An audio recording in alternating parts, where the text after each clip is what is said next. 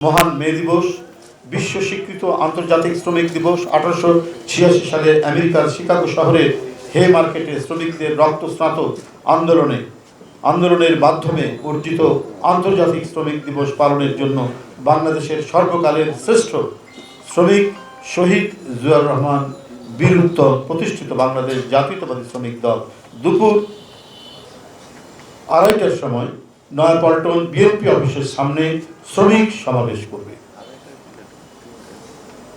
এবং সমাবেশ শেষে একটি বর্ণাঢ্য শ্রমিক র্যালি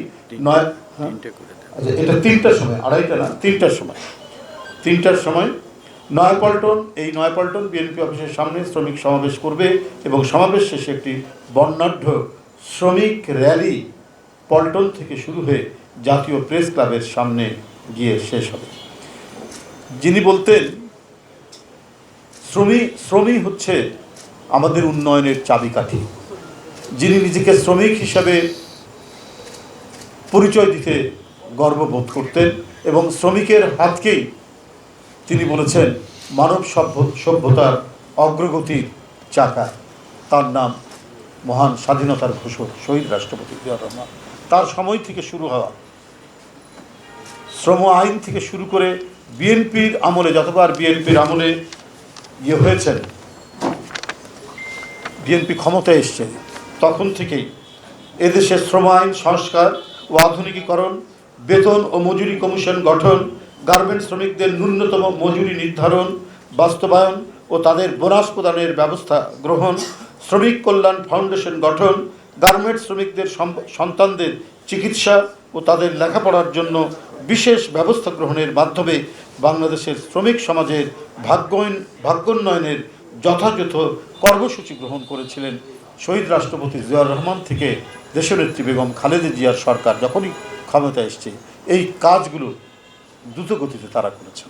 বাংলাদেশে আজ সবচেয়ে অবহেলিত শ্রমিক সমাজ, দ্রব্যমূল্যের ঊর্ধ্বগতি, চরম মূল্যস্ফীতি, জীবনযাত্রার ব্যয় বৃদ্ধি, বাজার মূল্যের সাথে অসঙ্গতি, কম মজুরিতে শ্রমিক সমাজের এখন বেঁচে থাকায় কষ্টকর। এছাড়াও সরকারের ফ্যাসিবাদী মনোভাব ও অগণতান্ত্রিক শ্রম আইনে মালিক পক্ষের স্বার্থকে প্রাধান্য দেওয়ায় শ্রমিক সমাজ সর্বত্র হয়রানিসহ নানাবিধ অসুবিধার সম্মুখীন হচ্ছে। বর্তমান অগণতান্ত্রিক ডামি নির্বাচনের মাধ্যমে সাজানো সংসদ তৈরি করে একক ক্ষমতায় স্বৈরাচারী কায়দায় দেশ পরিচালনা করছে এই শাসক গোষ্ঠী। 28শে অক্টোবর আন্দোলনের সময় কারাবন্দী শ্রমিক দল নেতা ফজলুর রহমান কাজলের হাতে হ্যান্ডকাপ, পায়ে ডান্ডাবেরি পরা অবস্থায় হাসপাতালের বারান্দার ফ্লোরে বিনা চিকিৎসায় হত্যা, মজুরি বৃদ্ধির আন্দোলনে 4 জন গার্মেন্টস শ্রমিক আঞ্জুয়ারা খাতুন, রাসেল হাওলাদার, জালাল উদ্দিন ও মোহাম্মদ ইমরানকে আওয়ামী সন্ত্রাসী ও পুলিশ গুলি করে হত্যা করেছে।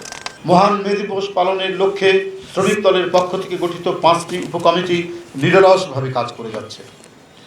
আমরা আশা করছি স্মরণকালের ভয়াবহ তাপদাহ উপেক্ষা করে অধিকার প্রতিষ্ঠার এই মহান দিনে শ্রমজীবী মানুষ তাদের দুঃখ, কষ্ট, যাতনার প্রতিবাদে শ্রমিক দলের সমাবেশে উপস্থিত হবেন এবং সেই সমাবেশে বিএনপির মহাসচিব মির্জা ফখরুল ইসলাম আলমগীর সহ শীর্ষ জাতীয় নেতৃবৃন্দ ও শ্রমিক নেতৃবৃন্দের বর্তমান শ্রম পরিস্থিতি নিয়ে বক্তব্য রাখবেন।